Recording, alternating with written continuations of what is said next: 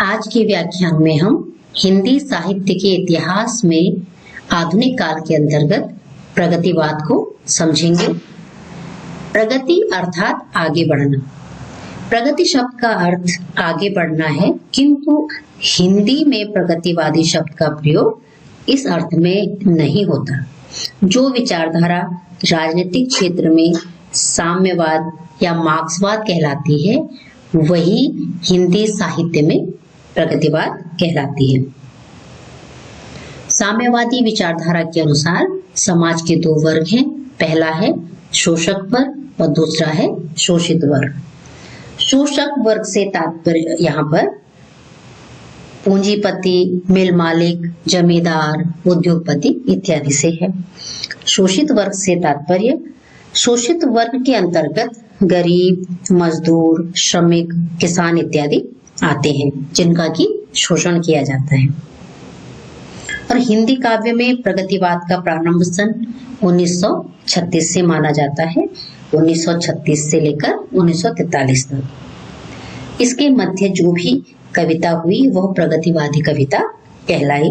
और हिंदी साहित्य में वे कवि जिन्होंने साम्यवादी विचारधारा से प्रभावित होकर अपने काव्य की रचना की, वही प्रगतिवादी रचनाएं कहलाई।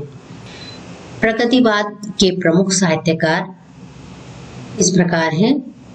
प्रगतिवाद में बहुत सारे साहित्यकार हुए और बहुत सारी साहित्यिक रचनाएं रची गई, पर यहाँ पर हम कुछ ही साहित्यकारों के विषय में पढ़ेंगे या समझेंगे।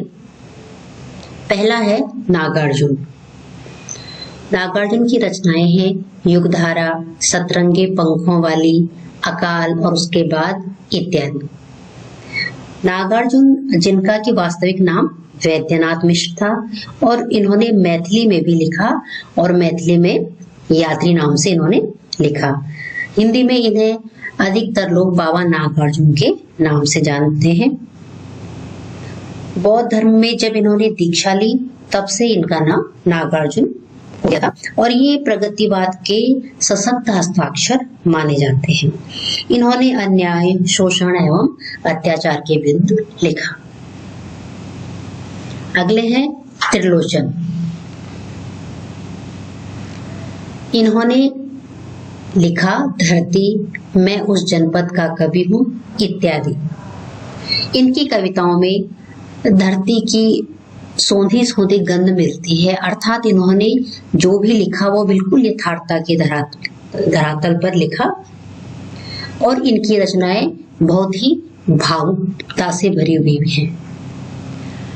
रांगीय राघव, इनकी रचनाएं हैं अजेय, खंडहर, राह के दीपक, मेधावी इत्यादि। जो भी रचनाएं की वह समाजवादी चिंतन से अनुप्राणित थी और इन्होंने प्रकृति के विषय में भी बहुत कुछ लिखा। केदारनाथ अग्रवाल, इनकी रचनाएं हैं युग की गंगा, आग का आईना, नींद के बादल इत्यादि। इन्होंने साम्यवाद के प्रति दृढ़ आस्था अपनाई, जबकि यह पेशे से वकील थे। शिव मंगल सिंह सुमन, इनकी रचनाएं हैं वाणी की व्यथा, हिल्लोल, जीवन के गान इत्यादि। इन्होंने शोषण एवं अन्याय के विरुद्ध लिखा और इन्होंने गांधी की अपेक्षा मार्क्स को अधिक माना, अर्थात ये गांधी की अपेक्षा मार्क्स के समर्थक थे। अब हम समझेंगे प्रगतिवादी काव्य की विशेषताओं को। पहली विशेषता है शोषक वर्ग के प्रति घृणा। प्रगतिवादी काव्य में शोषक वर्ग स्वार्थी और अन्यायी दिखाया गया है। वह बेहद निर्दयी और कपटी माना गया है।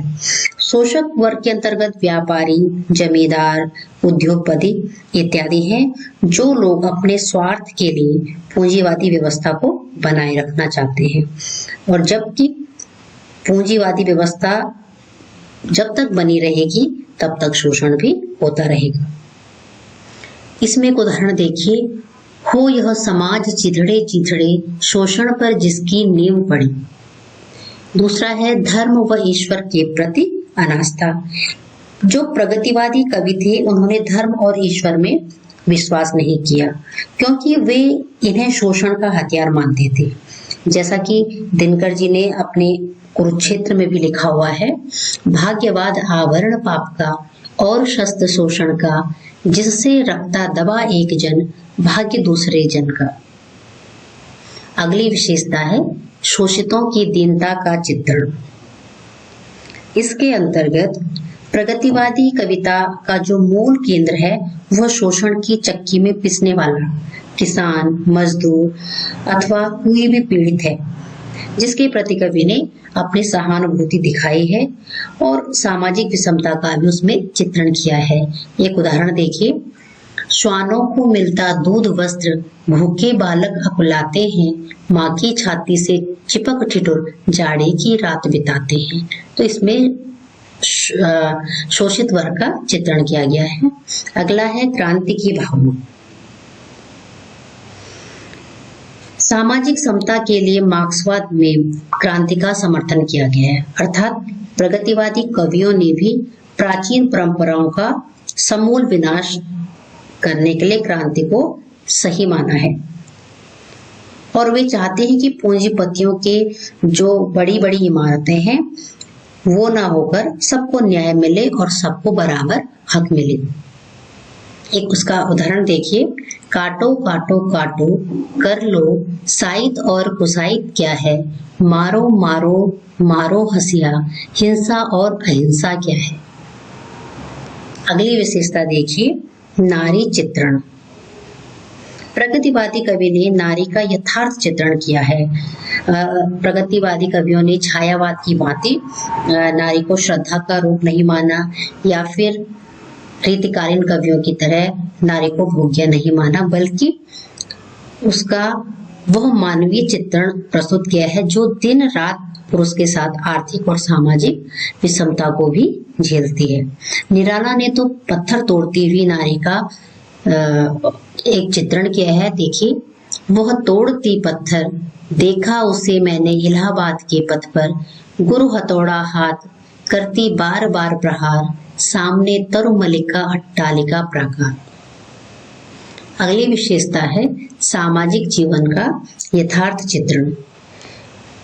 प्रगतिवादी कवियों की एक प्रमुख विशेषता यह रही है कि यथार्थता के धरातल पर उतरकर ही उन्होंने अपनी काव्य की रचना की और उनकी रचनाओं में मात्र कल्पनाएं नहीं है बल्कि यथार्थता है। और प्रगतिवादी कवियों की विशेषता यह भी है कि उन्होंने निम्न वर्ग का अत्यधिक चित्रण किया है, जिसमें जीवन में व्याप्त विषाद, भूख, गरीबी, बेरोजगारी और कठिनाइयों को दिखाया गया है। शैलीगत विशेषताएं। प्रगतिवादी कवि की जो भाषा है वह बहुत ही सरल है और जो उनकी शैली है वह अलंकार विहीन है और मुक्तक छंद का प्रयोग किया गया है। उसमें कहीं भी बनावट नहीं है और वह एक आम आदमी की भाषा है। पंत जी स्वयं लिखते हैं, तुम वहन कर सको जनमन में मेरे विचार, वाणी मेरी चाहिए तुम्हें क्या अलंकार। तो इस प्रकार आज के व्याख्यान में हमने प्रगतिवाद को समझा, उसके प्रमुख साहित्यकार एवं प्रगतिवादी काव्य की विशेषताओं को समझा।